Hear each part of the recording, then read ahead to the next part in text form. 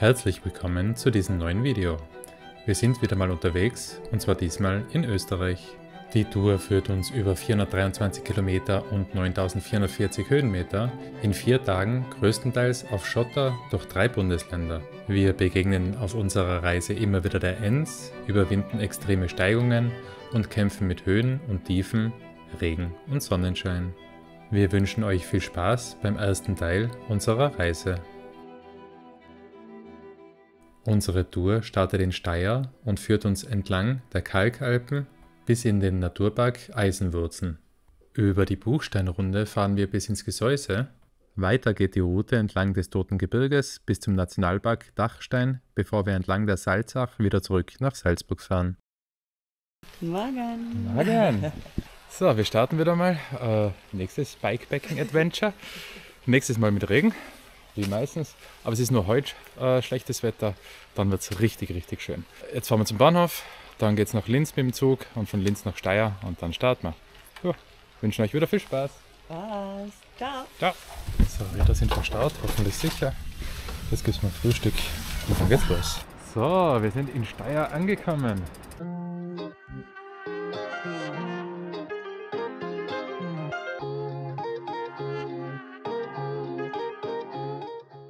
So, ist schon mal ein guter Start heute in eine ziemlich anstrengende Tour, glaube ich.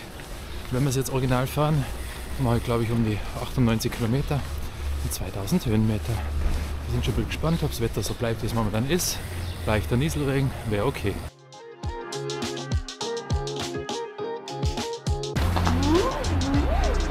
Ich hoffe, man kann es auf der Kamera erkennen. Das sind einmal die nächsten Anstiege, die jetzt kommen. Da sind wir schon ein bisschen gespannt drauf. Und ein bisschen haben wir auch Angst davor, auf was wir uns da einlassen. Aber ja, ich hoffe, ihr schafft es. Ihr werdet es sehen.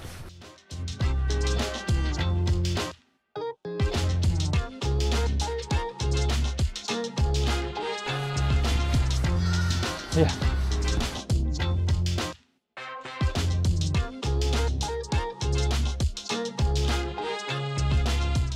So, jetzt waren wir gerade im Veitel-Museum und die Karin hat natürlich Ein Taschenmesser. Also Taschenmesser. Ja, Ja, passt. genau.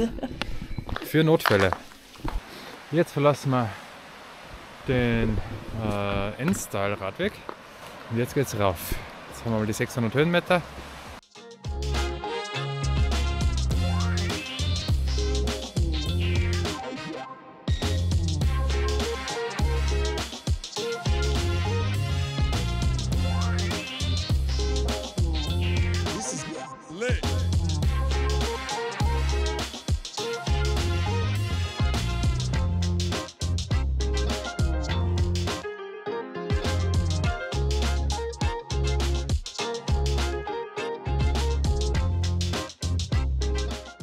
Jetzt gibt es mal Jause dazwischen. Schön gewärmt im Trikot. Gatsch-Croissant mit Schokofüller. Das ist jetzt der neueste Schrei am Ja. Bikepacking-Himmel. Mmh.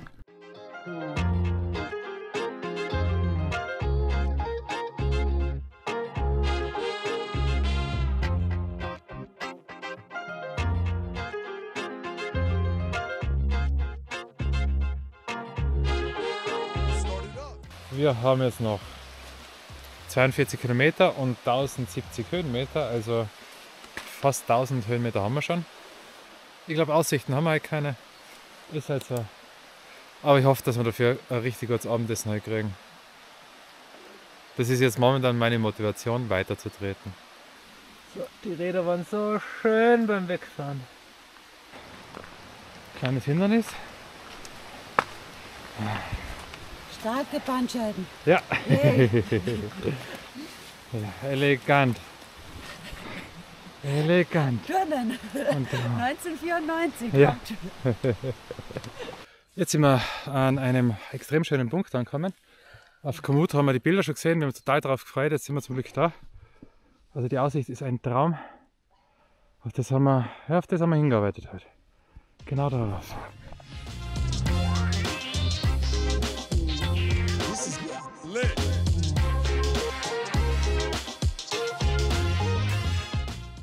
So, wir sind da jetzt ein paar Meter weiter gefahren und da leider draufgekommen, dass da was gesperrt ist. Matthias plant gerade um.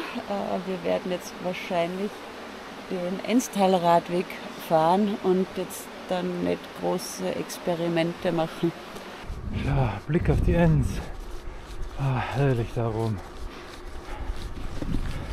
Schau, wie schnell die Stimmung wieder besser wird. Ha? Brauche gar nicht so viel.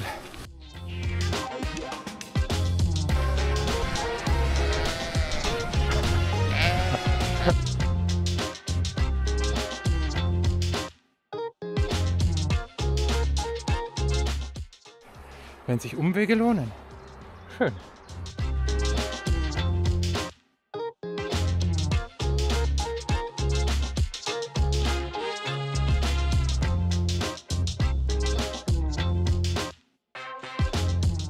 Wir sind gerade irgendwo nach Großramming und brauchen eine kleine Pause.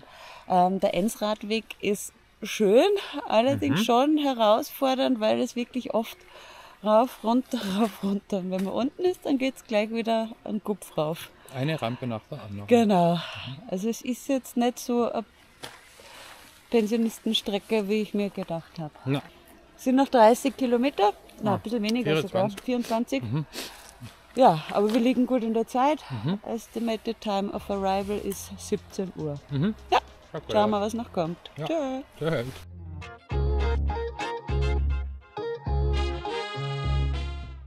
Einmal kurz verfahren und wieder retour auf dem alten Weg. Schön. Schön, schön.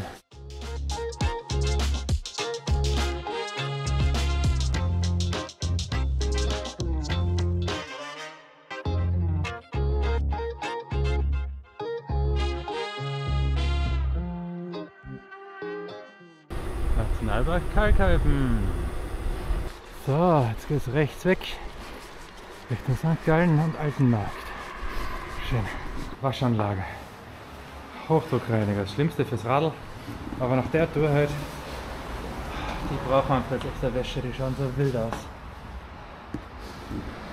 Wir zwar auch, aber bei uns gibt es dann die Dusche im Hotel. Die Räder sind wieder den Umständen entsprechend sauber. Jetzt geht es in die letzten 5 Kilometer. Wir freuen uns schon. Wir sind in St. Gallen. Genau, unsere Unterkunft zuerst schauen wir mal. Tolle Aussicht. Morgen in der Früh wird sie, glaube ich, noch besser. Wunderschöne Couch. Farblich ein Traum. Ja, ich habe jetzt 97,4 Kilometer am Tacho stehen. Und 2000 Höhenmeter. Also war ordentlich heute. Voll. Aber wir haben es geschafft. Ja, toll war es trotzdem. War echt schön. Also Enns lohnt sich. Vor allem wahrscheinlich bei schönem Wetter nochmal viel, viel schöner. Aber auch bei schlechtem Wetter war es echt nicht schlecht. Jetzt können wir duschen. Chillen ein bisschen und dann ab zum Essen. Genau. Ja. Passt. Dann schönen Abend noch. Bis morgen. Tschüss. Bis morgen. So, wir sind schon wieder am Aufbackeln. Heute ist Tag 2. Genau, heute ist, schauen wir mal, ob es auch wirklich so ist, aber der härteste Tag der ganzen Tour. Mit zwar nur 86 Kilometer, aber 2980 Höhenmeter. Ja, wir haben jetzt geschlafen im Gasthaus Hensle, war der Hammer. Richtig gut Abend gegessen, extrem gut gefrühstückt. Beste Voraussetzungen für heute. Karin ist noch am Zusammenbackeln. Ich brauche ein bisschen länger.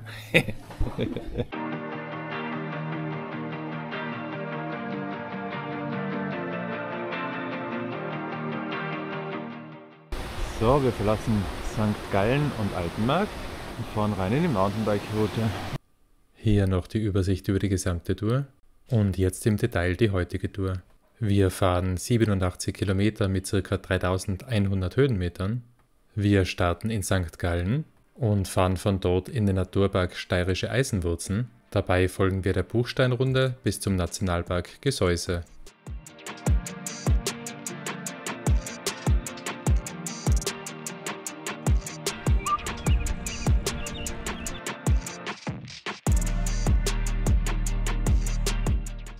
So, jetzt startet die wirkliche Mountainbike-Tour.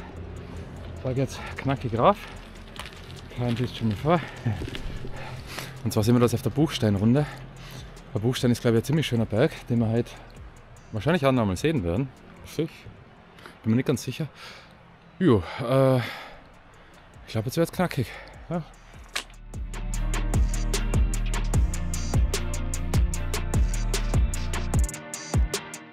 Das vor uns ist jetzt der große und kleine Buchstein, glaube ich zumindest.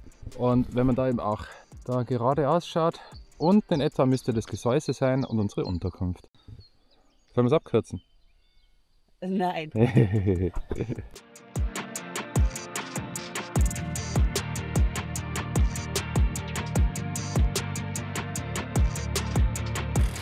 So, erstmal ein Stück geschafft. Runter geht's.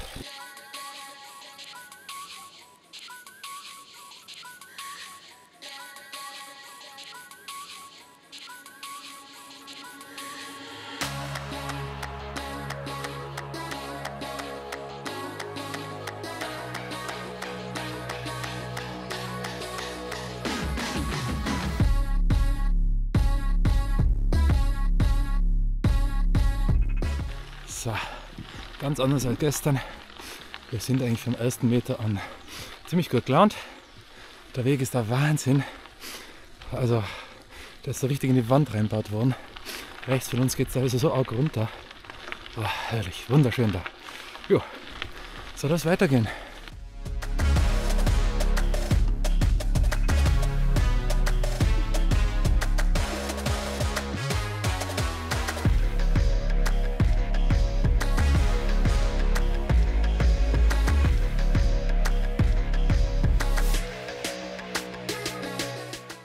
So, wir sind in Großreifling. So, die erste längere Abfahrt haben wir hinter uns. Jetzt haben wir schon einmal 22 Kilometer, 64 sind es noch. Höhenmeter-Update. Wir haben bisher 550. Also auf die letzten 64 Kilometer haben wir noch ca. 2500 Höhenmeter. Jetzt geht es wieder rein in die Forstwege. Schau, langsam sieht man auch für die Berge ein bisschen mehr.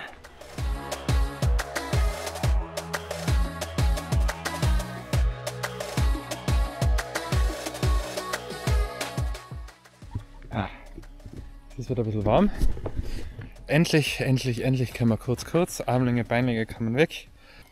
Einmal Zwischenmahlzeit. Gummi einhauen.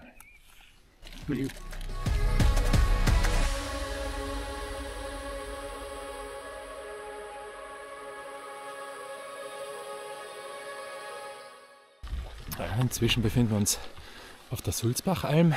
Genau, und jetzt noch kurzer Abfahrt, die ein bisschen frischer war, geht es natürlich wieder bergauf. Das ist das Schöne. Wenn einem mal kalt wird, die nächste Steigung kommt sofort.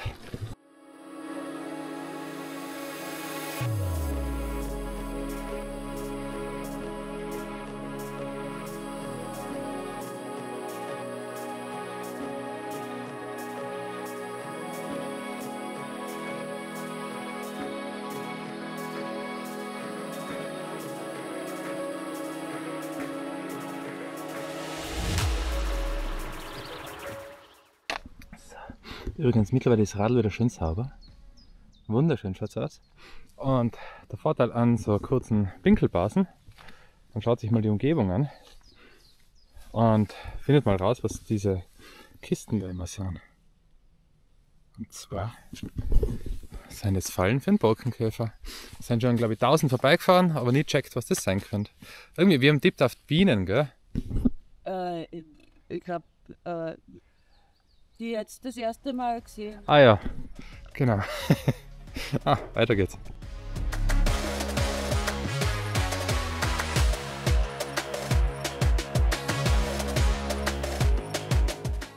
Übrigens, vor uns hat uns ja unsere heutige Unterkunft, die Gesäuse Lodge, geschrieben. Und die waren eben so nett und haben uns eben mitgeteilt, dass es in der Gegend nirgendwo was zum Essen gibt. Aber das haben wir natürlich schon gewusst. Wir schleppen ja schon den zweiten Tag unser heutiges Abendessen mit. Und zwar sind das 5 Packungen Fertignudeln. Herrlich. Da geht's runter.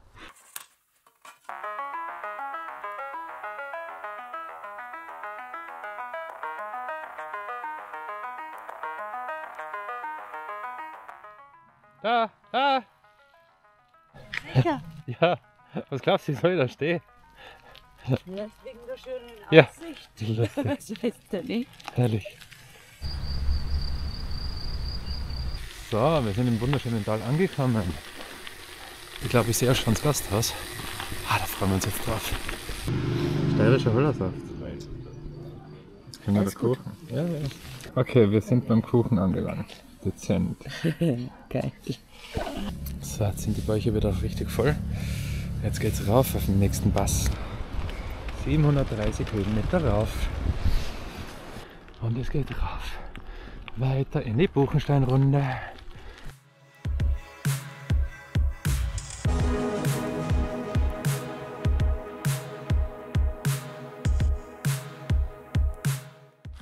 Mittlerweile ist die Sonne mal so richtig heraus. Wir haben jetzt 25 Grad.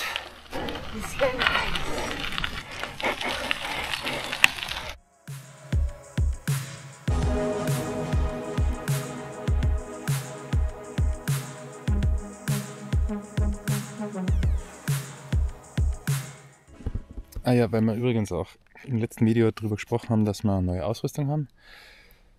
Neue Räder und neue Taschen. Also ich bin ja diesmal wieder mit dem Mason unterwegs. Die Kran ist mit ihrem alten Cross unterwegs. Jo, also die Dolomiten waren mal super mit dem Radl. Hat echt alles gut passt. Das mit der Lenkertasche war so mäßig gut. Sie ist einfach ziemlich unruhig gewesen. Jetzt habe ich eben deshalb die Taschen da unten drauf, die letztens ja die Karen gehabt hat. Genau, das sind die 5 Liter Benias von Delfin. Die sind echt ein Traum. Also das Radl fühlt sich richtig stabil an. Jo, also ich glaube, bei dem Setting werde ich bleiben. Da geht's runter.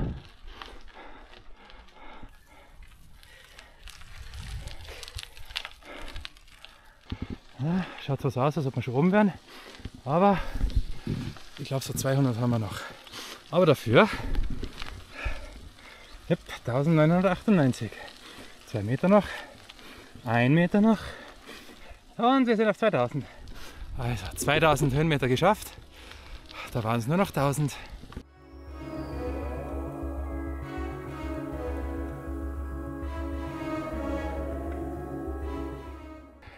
Handschätzchen, wenn du es so siehst.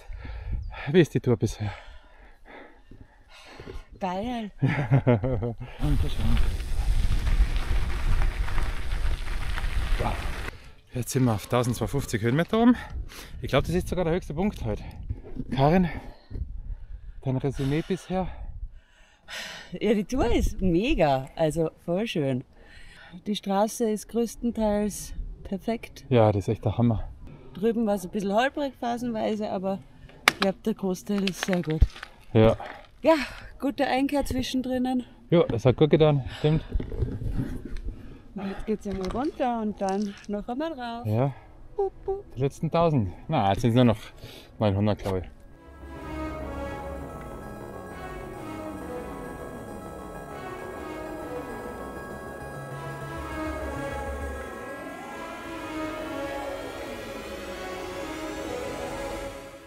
Das ist ganz schön knackig da, aber es sind immer so eigentlich 12% Gefälle. Also die Bremsen werden beansprucht.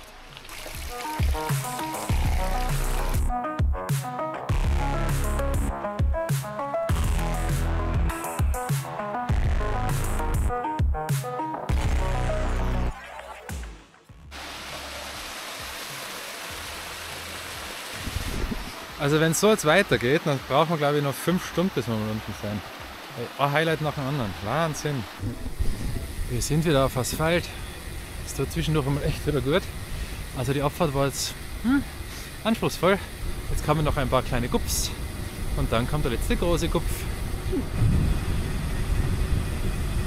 Ups, Karin ist weg.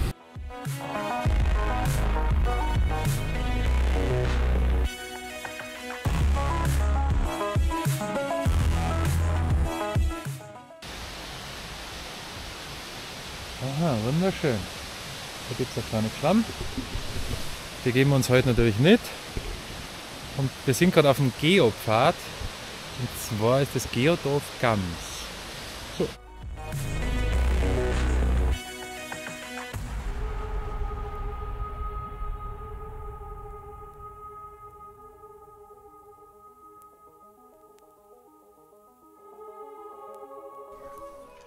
Hein muss natürlich wieder einen Stopp einlegen, wenn es Esel gibt. Ja, ja.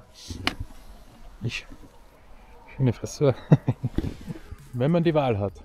15% oder 16%. Ist auch schon wurscht.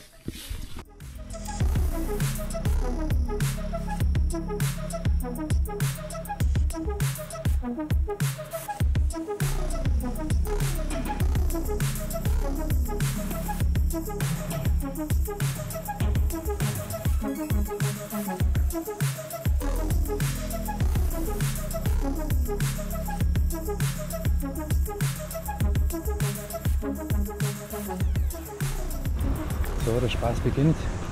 Der letzte Anstieg für heute.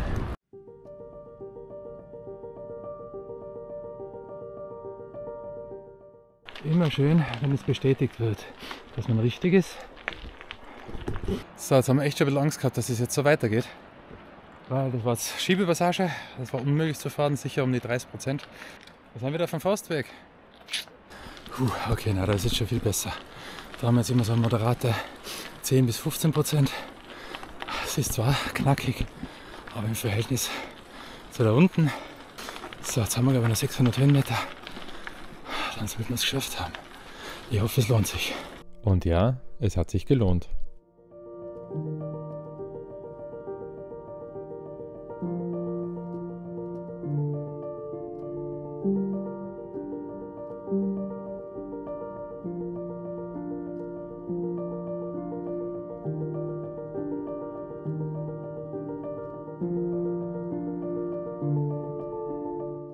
Alles gut bei dir?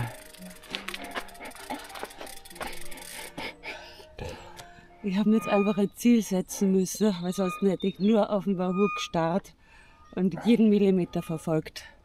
2835 Höhenmeter. Ein bisschen über 200 sind es noch. Dann haben wir es. Herrlich. Dann geht's auf und dann wird gegessen.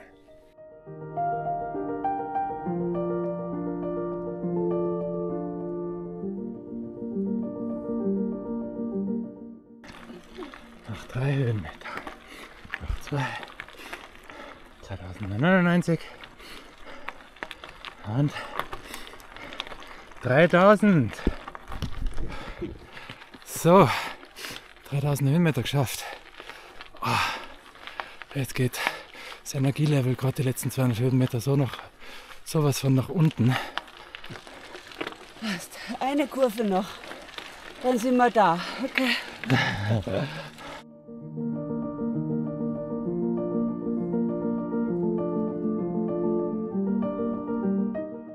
Ich glaube, wir haben es geschafft.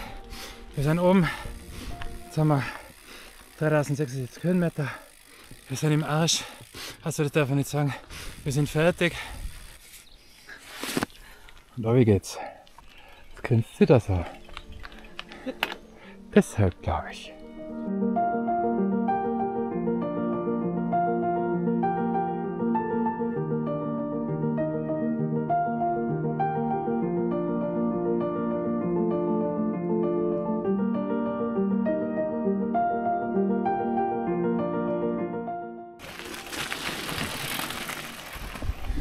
Keine leichte Abfahrt, 22% Gefälle. Oh, ist schon ganz schön anstrengend.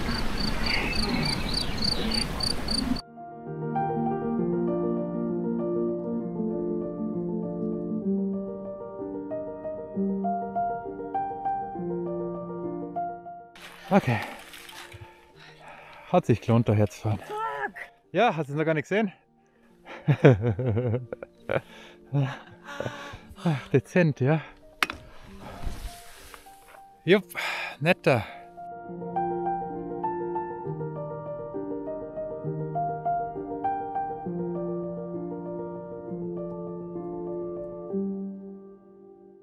So, wir sind bei unserer Unterkunft angekommen. Und zwar die da. Aber doch noch ein bisschen weiterfahren müssen. Das falsche Ziel drin gehabt. Das da ist jetzt unsere Unterkunft. Nehmen wir auch. So, wir haben gerade bei einer netten Holländerin eingecheckt. Das ist echt der absolute Wahnsinn da. Also, das da hinter uns wird heute unsere Aussicht sein. Wir sind echt fertig. Duschen, essen und echt mal die Beine hochlegen. Es waren jetzt doch, glaube ich, 87 Kilometer und 3100 irgendwas Höhenmeter. Jo, wir sind K.O. So, unsere Unterkunft für heute. Da wird jetzt noch gekocht. Das wurde ja lecker essen. Genau. Ich habe für unsere Fertignudeln gesprochen heute. 3-mal. Sind insgesamt 6 Portionen und wir haben noch 2 Sackeln dabei. Also 10 Portionen. Schauen wir, wie viel weitergehen. Die haben wir jetzt schon seit 2 Tagen in unseren Taschen drin. Also haben sie schon 5000 Höhenmeter jetzt hinter sich. Schwer.